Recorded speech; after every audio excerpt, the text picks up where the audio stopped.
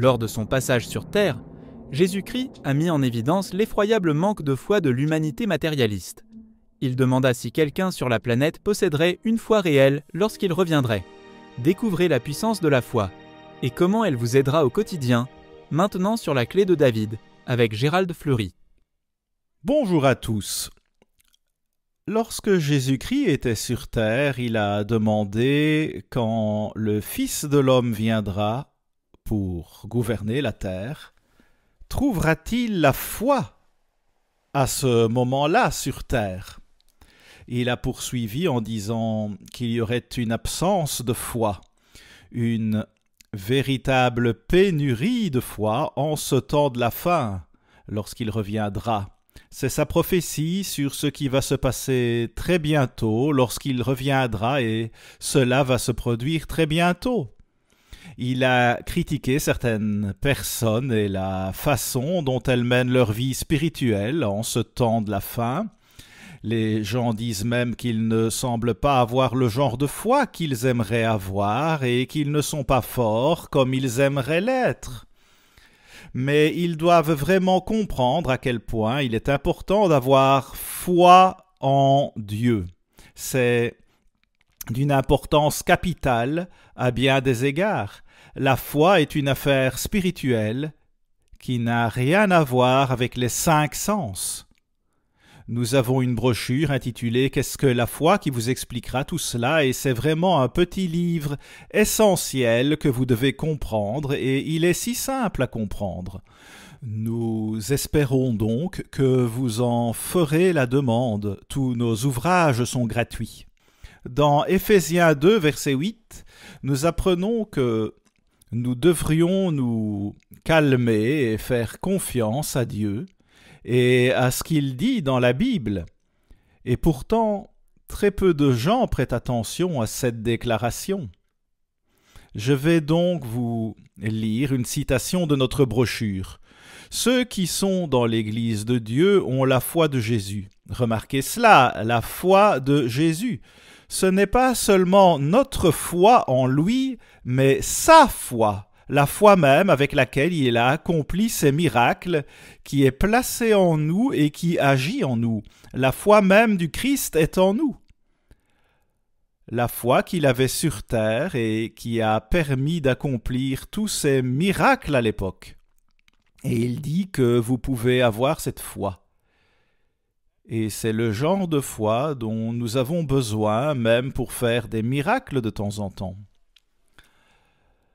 Cela continue ainsi. Comment pouvez-vous l'obtenir? Rapprochez-vous de Dieu, apprenez à le connaître, soumettez-vous entièrement à lui et faites sa volonté. Puis priez. C'est dans la prière que l'on apprend à le connaître. Nous sommes trop proches des choses matérielles. Vous voyez, nous sommes trop proches de toutes les choses matérielles de ce monde. Et Dieu dit qu'il faut vraiment prier Dieu avec ferveur, chaque jour, pour être proche de lui. C'est essentiel pour nous tous. Lorsque le Christ marchait sur terre en chair et en os, il possédait la foi. Il avait la foi. Or le Père qui demeure en moi, c'est lui qui fait les œuvres, dit-il, et aujourd'hui le Christ vit en nous. Et c'est sa foi en nous. Qu'est-ce que cela signifie pour vous et pour moi? Après tout, la foi va nous apporter le salut et un manque de foi fera l'inverse. Il est écrit un peu plus loin dans cette brochure que nous vivons dans un monde matérialiste et qu'il est difficile de trouver des gens qui s'abandonnent simplement à Dieu. Il y a des distractions ici et là et partout. Mais nous devons les mettre de côté et construire la foi de Dieu en nous. C'est puissant. C'est puissant lorsque cette foi demeure en vous. C'est ce que dit votre Bible à plusieurs reprises. Remarquez 1 Jean 5, verset 4. Parce que tout ce qui est engendré de Dieu triomphe du monde. Et la victoire qui triomphe du monde, c'est notre foi.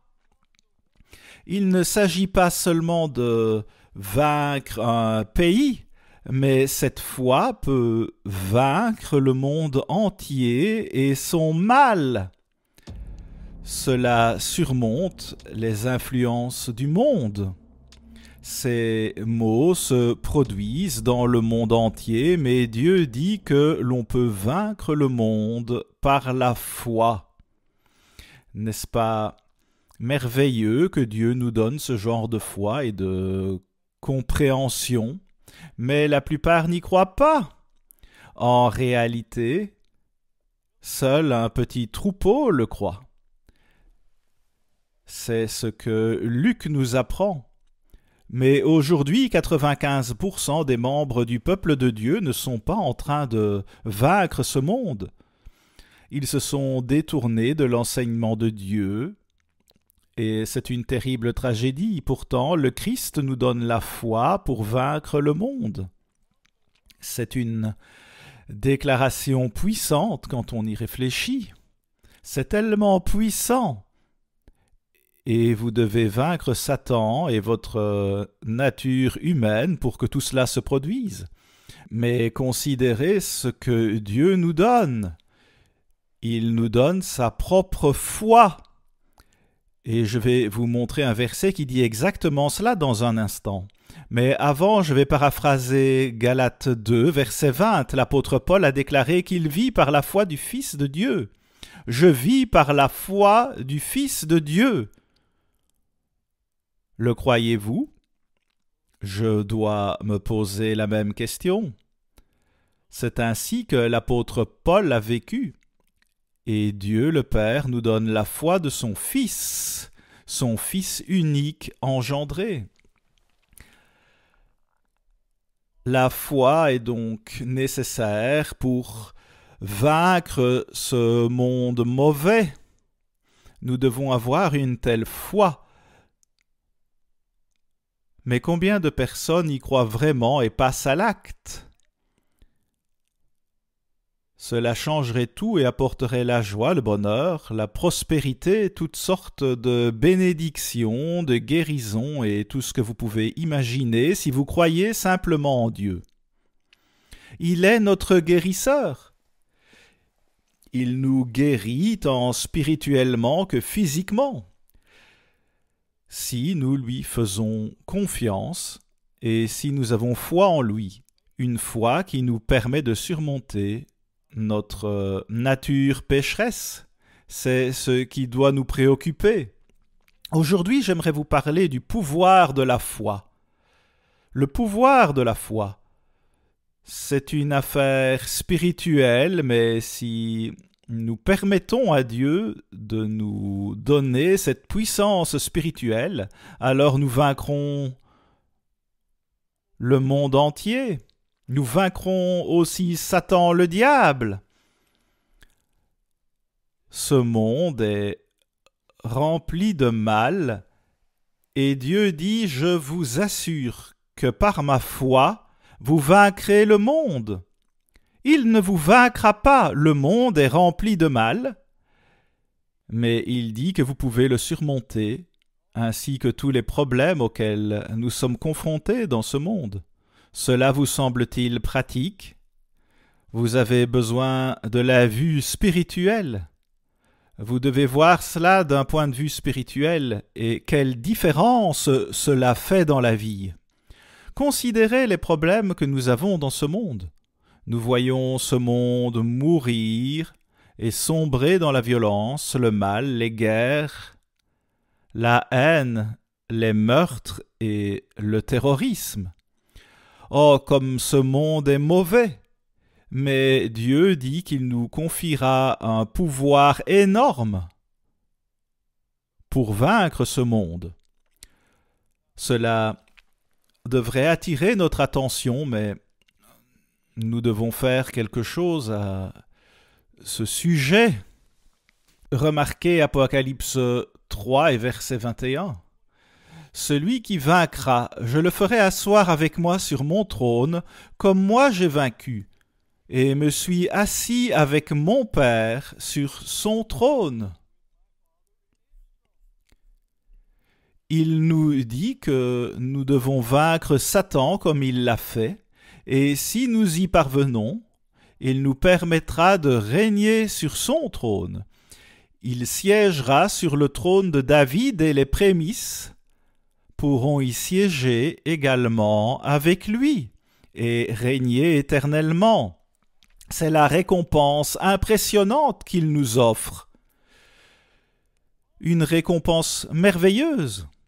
Arrêtez-vous pour y réfléchir et prier à ce sujet, car il nous offre tout.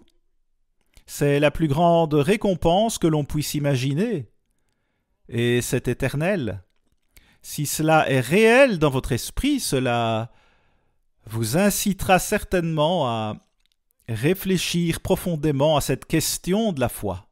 Voici Matthieu 18 et le verset 1. En ce moment, les disciples s'approchèrent de Jésus et dirent « Qui donc est le plus grand dans le royaume des cieux ?»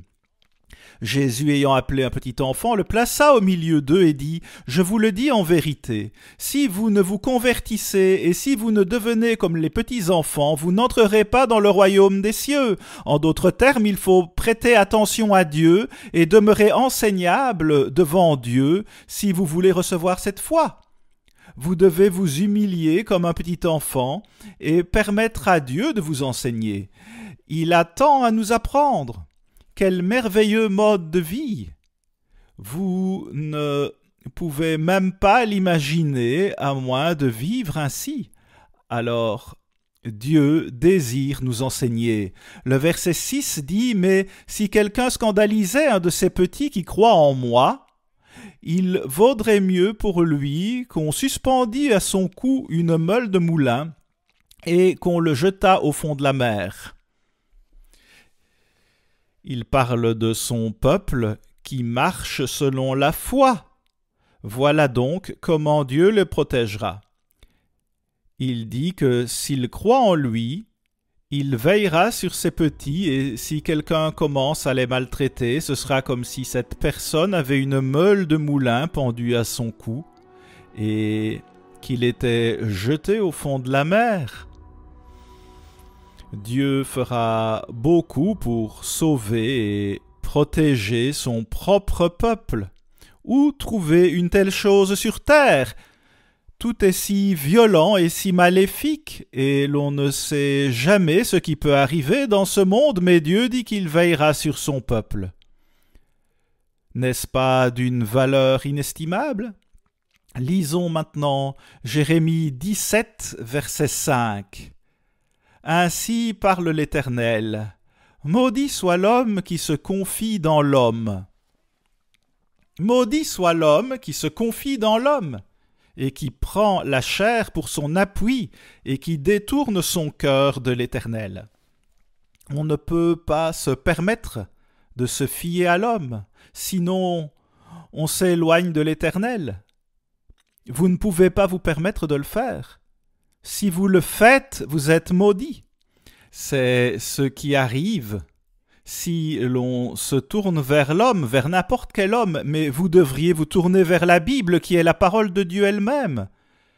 Jésus-Christ sous forme imprimée. C'est de cela qu'il s'agit dans la Bible. C'est le mode de vie de Jésus-Christ, ce qu'il a fait et ce qu'il nous enseigne. Il est la vie de la Bible. Nous devons donc croire à la vérité de Dieu. Et plus loin, au verset 9, on peut lire « Le cœur est tortueux par-dessus tout, et il est méchant, qui peut le connaître. Telle est la nature humaine. Cela aussi, nous devons le surmonter. Nous devons vaincre la nature humaine qui est trompeuse par-dessus tout et désespérément méchante. Pouvons-nous surmonter cela? Bien sûr, nous le pouvons. Dieu dit que vous devez la surmonter. Cela vous apportera la joie, l'enthousiasme, la prospérité, la santé, la guérison et toutes les réponses dont vous avez besoin sur la guérison ainsi que sur le fait de vaincre la nature humaine. Dieu nous aide de façon miraculeuse. Au verset 10, nous lisons « Moi, l'Éternel, j'éprouve le cœur, je sonde les reins ». En d'autres termes, il éprouve parfois notre foi, pour rendre à chacun selon ses voies. C'est-à-dire que si vous marchez dans la bonne voie, il vous récompensera en conséquence. C'est une promesse de Dieu, il ne peut pas mentir. Et selon le fruit de ses œuvres, il faut porter des fruits. Matthieu 7, verset 20 dit « C'est donc à leurs fruits que vous les reconnaîtrez. C'est par nos fruits Dieu attend de vous que vous surmontiez la nature humaine, et il veut que vous portiez des fruits. » Et quelle merveilleuse façon de vivre! Vous ne pouvez même pas l'imaginer à moins que Dieu ne vous donne son Saint-Esprit et sa compréhension. Vous devez avoir la puissance de Dieu. Et comme nous en avons besoin aujourd'hui. Maintenant, je vais vous lire Galates 2, verset 20. Voici l'un des versets les plus puissants de toute la Bible. Le verset 20 dit « J'ai été crucifié avec Christ, et si je vis, ce n'est plus moi qui vis, c'est Christ qui vit en moi. Le Christ vit en moi. » Le croyez-vous? Dieu dit que si l'on ne croit pas à cela, on ne connaît pas Dieu. Il poursuit en disant « Si je vis maintenant dans la chair, je vis dans la foi au Fils de Dieu. » Il vivait par la foi du Fils de Dieu. Il avait la même foi. Pendant sa vie, la foi même du Fils de Dieu en lui. Et c'est exactement ce que Dieu nous donnera, à vous et à moi, individuellement. C'est une promesse que cette foi vivra en vous et que vous vaincrez le monde. Vous vaincrez Satan, vous vaincrez la nature humaine, vous vaincrez le monde entier avec tout son mal et ses mauvaises actions. Ce n'est pas une foi avec laquelle on est né, c'est un pouvoir que Dieu vous donne et c'est tout simplement époustouflant si vous y réfléchissez spirituellement. C'est vraiment une merveilleuse promesse que Dieu vous donne. Il dit que cette foi est un don de Dieu. C'est ce que dit Matthieu 11 et Matthieu 18. Alors, vous devez étudier la Bible autant que vous le pouvez, et comme ces versets sont merveilleux. Il a écrit qu'il vit par la foi du Fils de Dieu. Dieu nous donne ce genre de foi aujourd'hui. Notre brochure « Qu'est-ce que la foi ?» vous l'enseignera de manière très convaincante. Dans Éphésiens 2, versets 8 et 9, nous lisons « Car c'est par la grâce que vous êtes sauvés, par le moyen de la foi, et cela ne vient pas de vous, c'est le don de Dieu. Ce n'est point par les œuvres, afin que personne ne se glorifie. » Il dit que ce genre de foi est un don de Dieu. Il doit vous la donner. Ce n'est pas par nos œuvres, afin que nous n'ayons pas foi en nous-mêmes, car il s'agit d'un don de Dieu. Or, la foi sans œuvre est morte. C'est ce qu'explique Jacques 2, versets 14 à 20. Je vais vous lire une brève citation. « Abraham, notre père, ne fut-il pas justifié par les œuvres lorsqu'il offrit son fils Isaac sur l'autel ? Tu vois que la foi agissait avec ses œuvres, et que par les œuvres la foi fut rendue parfaite. Vous voyez que l'homme est justifié par les œuvres et non par la foi seulement. » Eh bien, il continue en disant que nous sommes sauvés par la foi, mais c'est la foi avec les œuvres. La foi sans les œuvres est morte. Mais Dieu veut vous donner une foi qui apportera des œuvres dans votre vie. Les œuvres même de Dieu. L'œuvre même de Dieu est une œuvre de foi. Il faut qu'il en soit ainsi, car seul Dieu peut le faire. Et seul le sang de Jésus-Christ peut nous purifier de nos péchés. Nous devons vraiment comprendre cela et nous devons mettre en pratique la parole comme le dit Jacques 1. remarquez ce que nous écrivons à propos de Matthieu 19, versets 25 et 26. Voilà la réponse de Christ. Avec les hommes, c'est impossible de garder la loi de Dieu. Matthieu 19, verset 17. Avec les hommes, c'est impossible, tout à fait impossible d'observer réellement ses commandements. Mais voici la bienheureuse vérité. Avec Dieu, c'est possible même d'observer ses commandements. Commencez-vous à comprendre? Il faut de la foi en la puissance de Dieu. La foi en la puissance de Dieu. Et cela aura un effet si puissant dans votre vie. Cela vous changera. Cela vous permettra d'avoir la merveilleuse vérité et la vision qui dépasse l'imagination si vous ne l'avez pas déjà. Et tout comme votre propre effort diligent associé à la foi rend la foi parfaite, ainsi la foi combinée à votre effort constitue une obéissance parfaite. Les deux vont de pair, et l'un ne peut pas exister sans l'autre. Nous avons besoin de la foi et des œuvres si nous voulons avoir la puissance de Dieu. Il parle de sa puissance et de ses miracles dans notre vie. Pourquoi les êtres humains n'agissent-ils pas en conséquence et ne s'y intéressent-ils pas? Vous pouvez en lire plus à ce sujet dans Daniel 3, versets 4 à 6, où il est question de 3 jeunes amis juifs, Shadrach, Meshach et Abednego, qui ont été emmenés en captivité.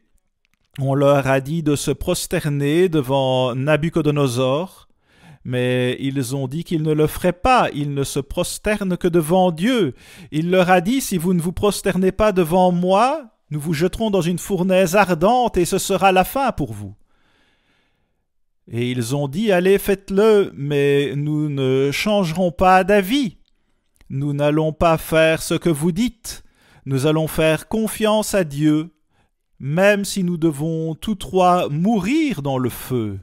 Nous allons faire confiance à Dieu. N'est-ce pas un exemple de foi? Réfléchissez à leur foi. Parfois, Dieu nous met à l'épreuve comme il l'a fait avec ces 3 jeunes, et ils lui ont fait confiance, ils ont été jetés dans le feu, mais Nabuchodonosor a remarqué qu'il n'y était pas que 3, mais 4.